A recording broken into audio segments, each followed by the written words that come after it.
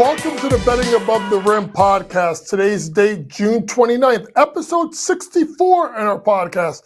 Today we get into 5 topics. First, a trade late night with Dejounte Murray getting traded from Atlanta to New Orleans. We'll look at the trade and we'll look at the fallout for both teams. Next, we go to the Mecca, New York City. The Nova Knicks are officially all together now with Mikal Bridges getting traded cross-borough, I guess you could say, from Brooklyn to the Knicks. We'll talk about that, the OG Anunoby signing, and the draft picks that the Knicks took in the draft a couple of days ago and how it impacts their team in the future in the Eastern Conference. Next, I'll give you my winners in the NBA draft. Then we'll go to the losers, and then we'll wrap up with an early Rookie of the Year thoughts. I like 2 guys. It's a wide open race. No one's a heavy favorite. So I got 2 guys for you to take a look at. And let's get started with the big trade that happened overnight, reported by Adrian Wojnarowski sometime in the 11 p.m. hour, as Dejounte Murray gets traded from Atlanta to the Pelicans for Larry Nance Jr., Dyson Daniels, a 2025 first-round pick. That's through the Lakers, a 2027 first-round pick between the least favorable, between the Bucks and the Pelicans. So, and when you think about this trade, folks, I talked about this way before the draft, and even on draft night, that this was going to be the beginning of the tear down and rebuild in Atlanta. They were a middling team. They had to start to make some moves, and obviously the big domino was Dejounte or Trey. Who was getting moved? And there was rumors going around that it was going to be possibly Dejounte because he could have fetched more on the open market than Trae Young, which I found to be kind of fascinating because if you really line them up, as good as Dejounte was this year, particularly after Trae got hurt, I always thought that Trae's been the better player. So here comes the trade, folks, and like we talked about, it's quite interesting what we have here. New Orleans, simply put, have been interested in Dejounte Murray for months. It makes sense for a team like New Orleans. It allows them to move CJ McCollum from the point to the 2-guard spot. Listen, he can play the point. He can get it done. But he's not the facilitator, like get the ball, create for others. That's really not his game. If you look at his best years in Portland, he played alongside Damian Lillard. So CJ being on that second side of the floor, it helps him. Dejounte Murray, simply put, had 3 game-winning shots in the last, I think, 5 seconds this past year. Tied with Steph Curry for first. A New Orleans Pelicans team that was 0-22 this year when trailing in the fourth quarter, going into the fourth. So now you got a guy in Dejounte who is shown to be getting better as a closer. He's also a defensive dynamo at the point of attack. And I think he's a guy that can push the pace here. Simply put, I thought that New Orleans was going to be a team that's going to make a jump, right? This is the catapult. This is the catalyst of starting this jump and move up the Western Conference standings because I absolutely love the backcourt of Murray and CJ McCollum.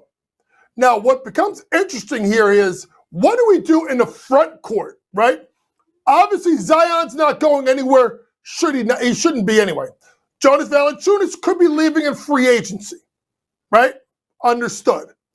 Then you start looking at the small forward position, and do you go Herb Jones, Trey Murphy off the bench? Trey Murphy, Herb Jones off the bench? Because they want to bring Herb back, but they're extremely high on Trey Murphy III. I am as well. I think he's one of the best 3-and-D guys in the league.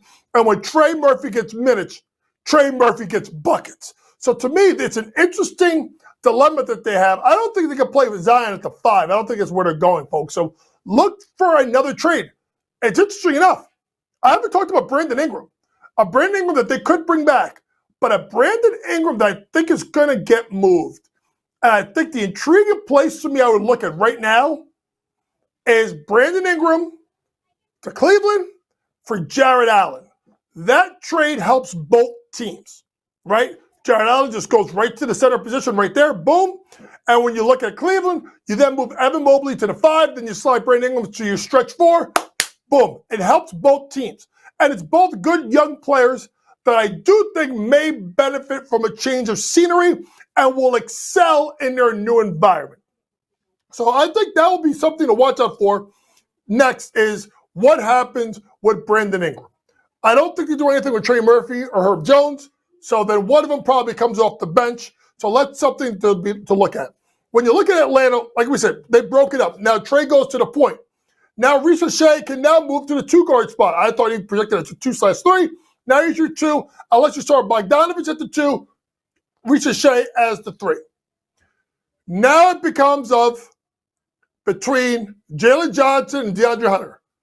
They're not trading Jalen Johnson. He had a great year. He's proven to be more healthy. And I think with the contract that DeAndre Hunter has, I think he can fetch something for you, but to get his contract off the books. A team looking for a 3-and-D guy that can play a 3-4. Honestly, I think Philadelphia would not be a bad place for DeAndre Hunter because he can slide into that spot for Tobias Harris. And simply put, I think he's a better defender than Tobias. Tobias is probably a better shooter, but there's more upside to someone like the game, obviously, of DeAndre Hunter. Then you look at the center position, look out for Okongwu versus Clint Capella. Here's the thing. The next 3 drafts, the Hawks don't control their first-round pick.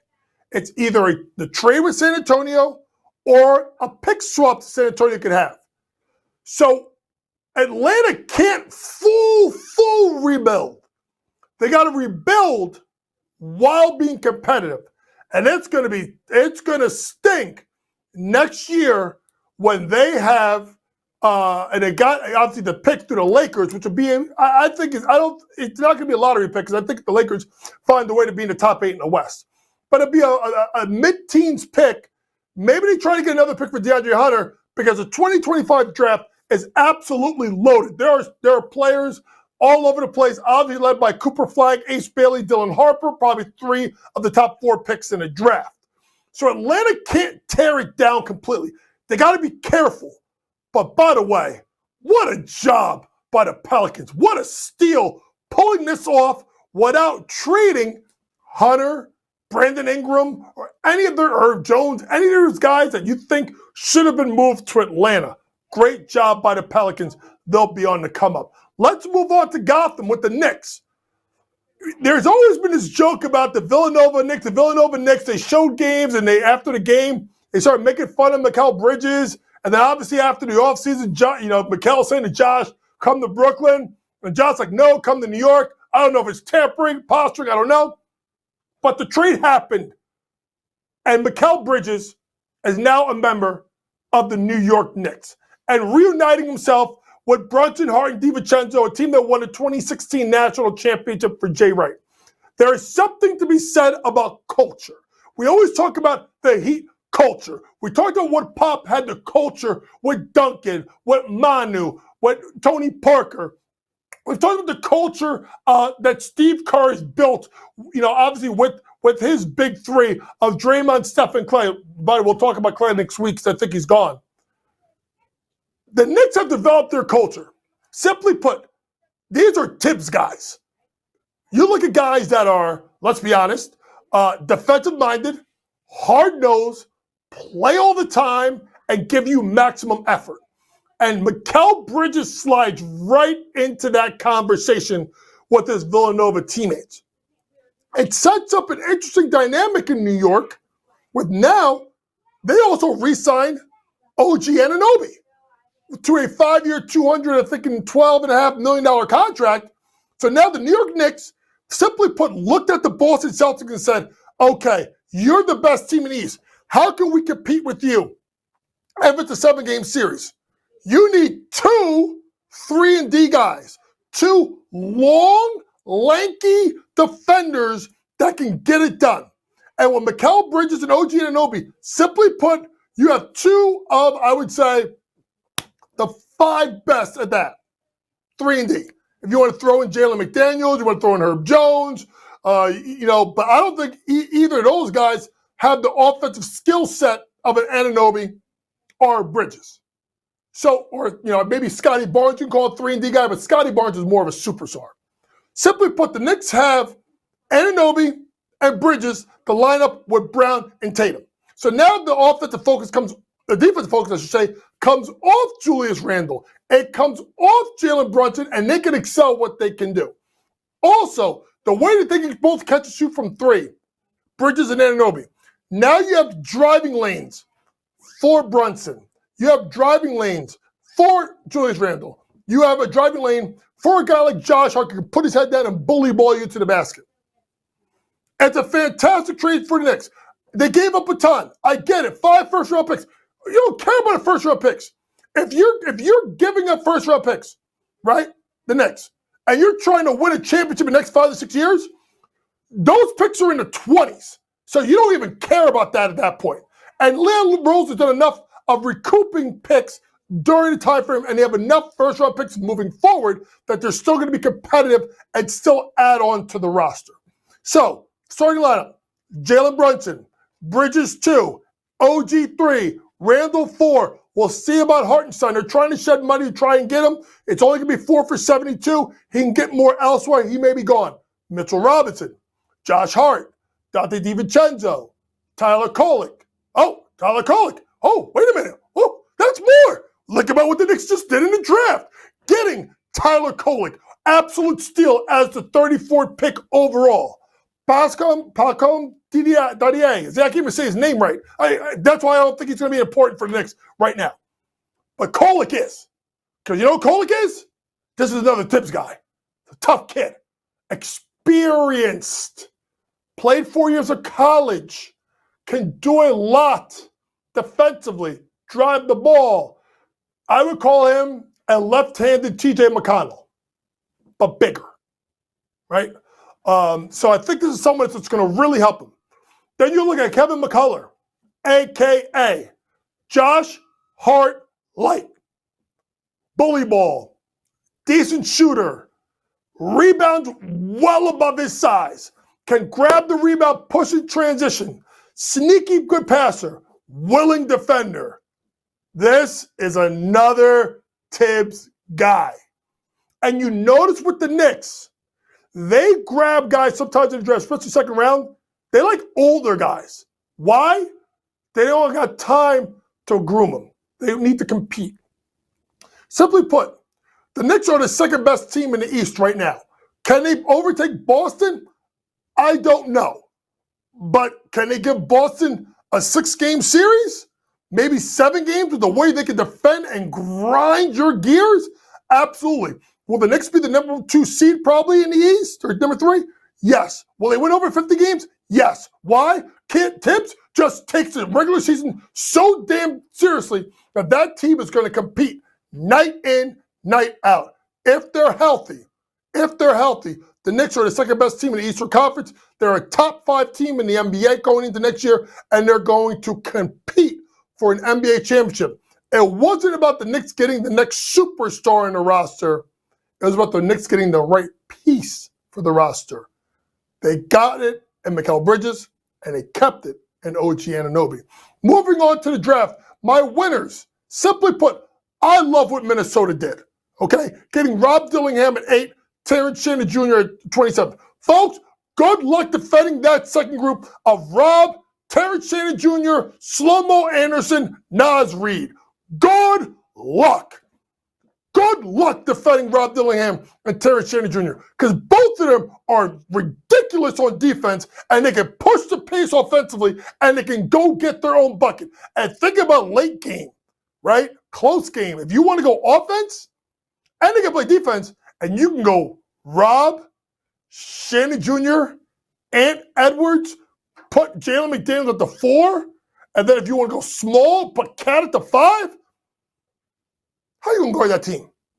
And they're already great defensively, so they're going to be even better. I thought absolute home run by the Minnesota Timberwolves in the draft. Moving on to Memphis. This is not about Jalen Wells. I like Cam Spencer because they need someone to shoot. Maybe Luke Kennard goes, right? Zach Edey, 7'4", can score in the low block, can do so many things around the basket, could rebound with abandonment. Zach Edey, folks, is absolutely the perfect fit for this team. Think about it. When they're at their best 2 years ago, Steven Adams at the center, Jaren Jackson Jr. at the 4. Now you're getting a bigger, better, more offensively gifted, and just as good defensively, Zach Edey. It allows Jaren Jackson Jr. to do what he does best. Weak side shot blocker, weak side rebounder. And now you have someone with a guy like Edey that could start the break with the rebound outlet, the jog, fly up the floor. But then when you slow the game down, you throw the ball inside.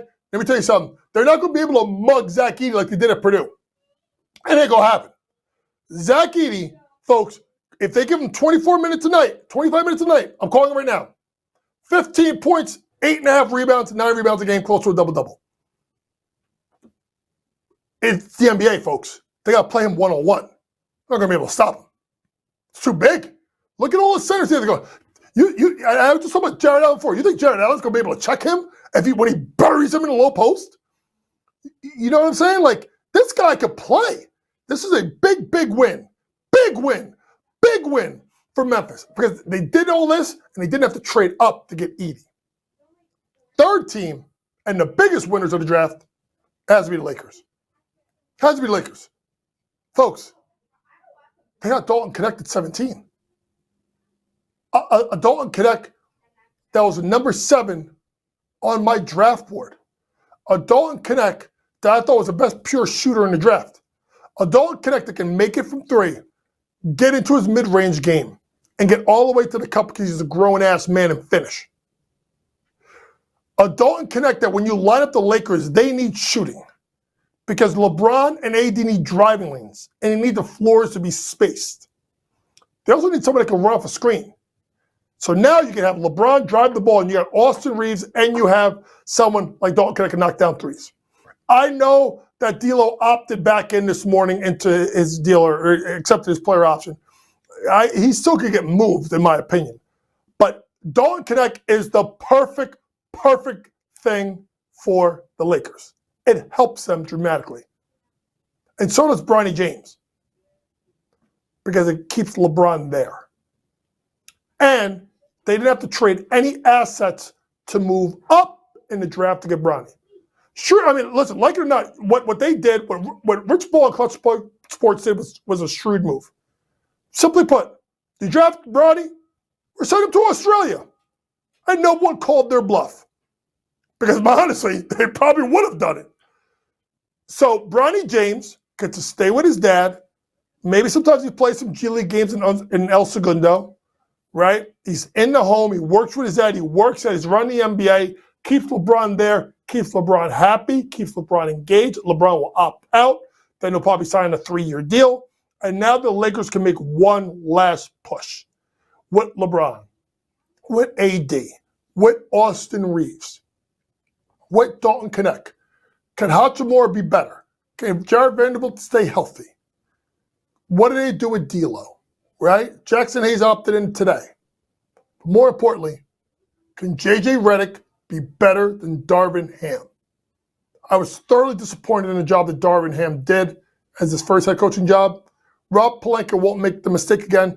He'll surround J.J. with the right guys. Lakers are going to be better. Are they a championship team? I don't think so. But they're going to be better. Quickly, my losers on the draft. Number 1, Charlotte. I love Dejounte Salam. I told Dejounte Salam was going top 10 3 weeks ago. I bet it. But they could have traded down. Speaking of Memphis wanted to go to 6 because they wanted to jump Portland for Clinton. Why did that deal not get done? You could have traded back and still got Salam at 9. I like KJ Simpson. I think it's a good pick, so I'm not knocking that. To me, it's not about who Charlotte got. It's when they took it. And this team continues. Now they got Brandon Miller, right? They got LaMelo. They've made a ton of mistakes over the years. I like Salam. Could you have won Zach Edey or obviously Don Clingan? Yes. But I can't knock it. I knocked that he got pick 6. Philadelphia, simply put, did not need Jared McCain. I know he can shoot the ball really well, but he's small, he's not an elite defender, and he's going to struggle to get his shot off in this year's NBA. He is Seth Curry, which Seth is good. But to me, I think they could have went bigger when Dalton Connect. Bigger, right? Got him the pick before the Lakers did at 17. Could shoot the ball, stretch the floor, play defense, plug and play right now because we're trying to win. They missed the mark. They needed a bigger shooter. So I would have went with either Jared McCain. I would have went with Jacoby Walter. If you wanted to go with the De Silva kid from Colorado, I went with there. I wouldn't have went with McCain. It didn't matter that that's where McCain was on my draft board 15th. It was about fit. And still, if you want to talk about taking the best player on my draft board, Dalton Connect was 7th. McCain was 14th, 15th. They should have went Dalton Connect. Milwaukee, A.J. Johnson, what are we doing? What are we doing? This team's trying to win. You think Giannis is going to walk into that locker room and say, "Oh, man, stole a draft. Got A.J. Johnson. A guy that scored 2 points per game. That's the guy that we wanted. That's the guy that's going to take us over the top." Right? And I think that's the thing that's so wild about it is it didn't make sense for Milwaukee's time frame of the fact that they're trying to win. Right? A.J. Johnson, simply put, and I have to go guys, I got to go digging to find A.J. Johnson was rated 37th on my draft board. A.J. Johnson was the 17th rated guard on my draft board. So when they picked at 23rd, they could have got Isaiah Collier. They could have got Johnny Furphy. They could have got Tyler Kolek. They could have got Terrence Shannon Jr. They could have got Bayless Shireman. All those guys could have been plugged and played for Milwaukee right away. And they didn't do it. And I don't get it. They're trying to get better. They already said that they want to build a new guys around Giannis and Dame. That's not my words. Those are Doc Rivers' words. And this is how you address it in the draft. Simply put, terrible draft by Milwaukee. I have no idea what they were thinking. Let's end today's podcast by talking quickly about the Rookie of the Year award. See, this is not last year with Wemby. Look at it, folks. The favorite is Alex Sarr plus 425. Simply put, Alex Sarr is the favorite because he's going to be plug and play the center position at Washington, and they don't play no damn defense. Ricochet is plus 625.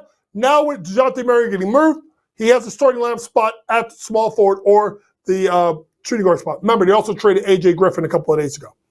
Stephen Castle, I think he is going to be the best player overall when it's said and done.